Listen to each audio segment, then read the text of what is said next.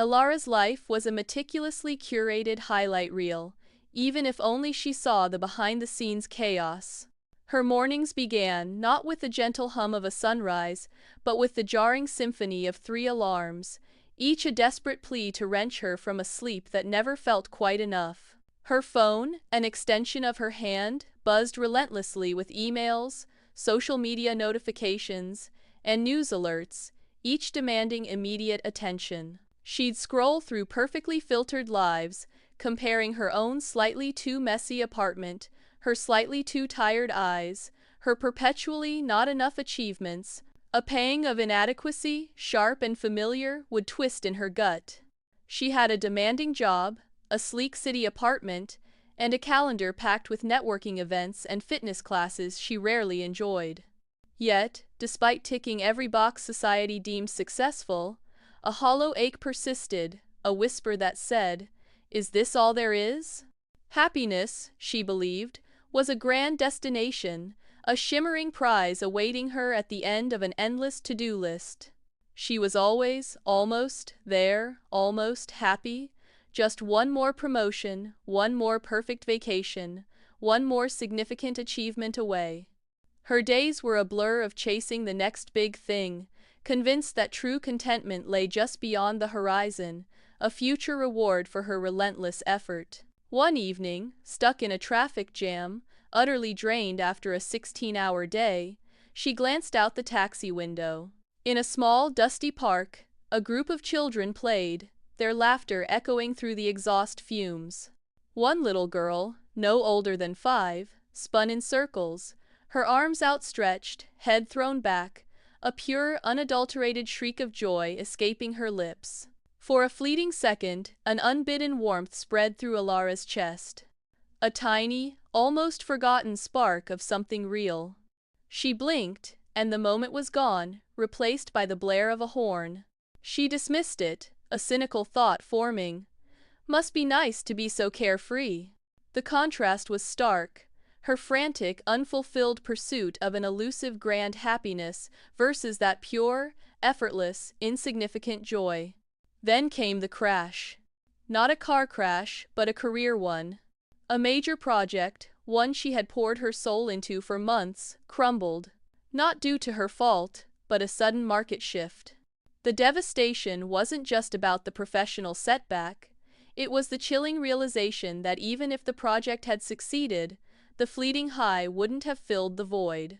The exhaustion, both physical and emotional, was profound. Her body, once a machine, rebelled. Headaches, insomnia, a constant knot in her stomach. Her doctor, a kind woman with weary eyes, suggested rest, a digital detox, and, to Elara's scoffing surprise, mindfulness. Just, be, she'd advised. Elara scoffed. Be what? Unproductive? Unsuccessful? Days melted into weeks.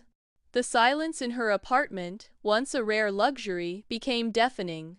Without the constant hum of activity, the endless stream of tasks, she felt lost, adrift.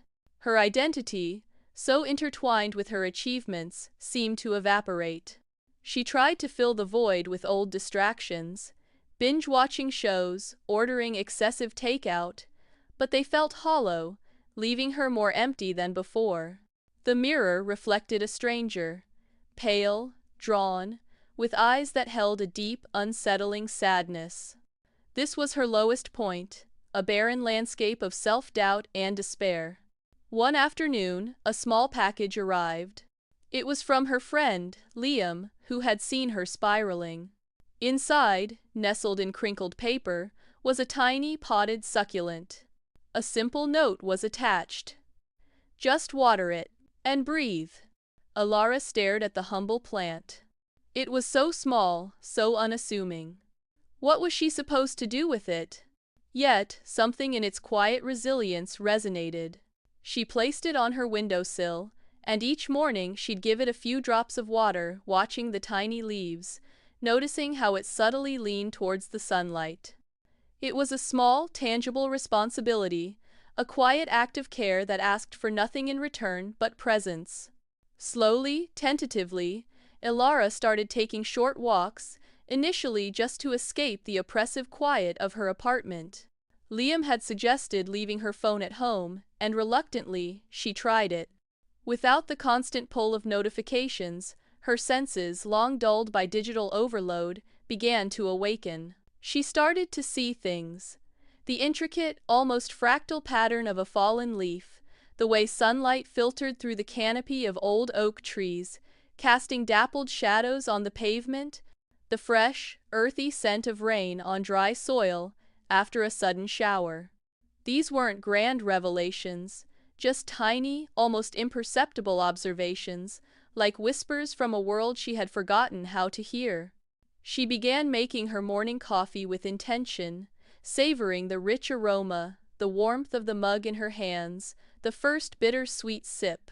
She listened to music, truly listened, without multitasking, letting the melodies wash over her. She struck up a genuine, unforced conversation with her elderly neighbor, Mrs. Henderson, about her prize-winning roses, finding unexpected delight in the simple exchange. These moments were small, almost insignificant in the grand scheme of her former life, but they accumulated, like tiny drops slowly filling a parched well. She realized the frantic pace, the relentless pursuit of an external ideal had blinded her. She hadn't been living life. She had been consuming it, rushing past all the quiet beauty.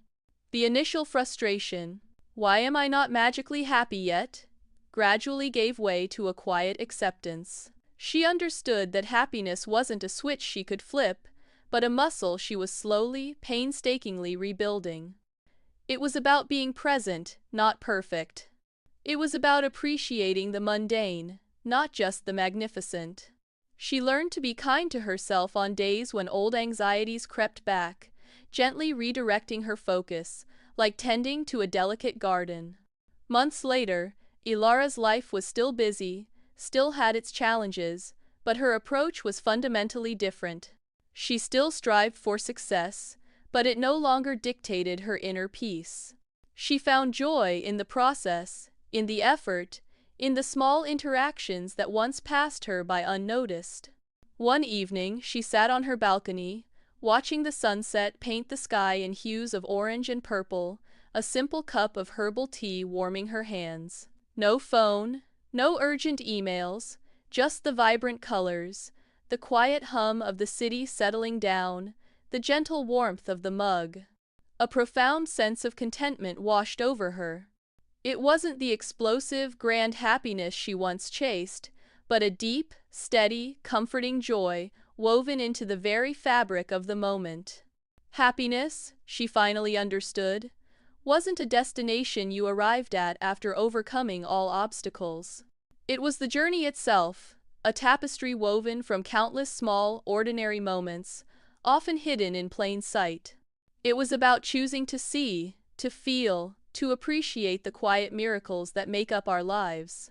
It wasn't about having a perfect life, but about finding perfection in the present moment, in the warmth of a cup of tea, the laughter of a child, the gentle sway of a succulent. The threads of joy, she realized, were always there, waiting to be noticed, waiting to be cherished, if only we dared to slow down and truly look.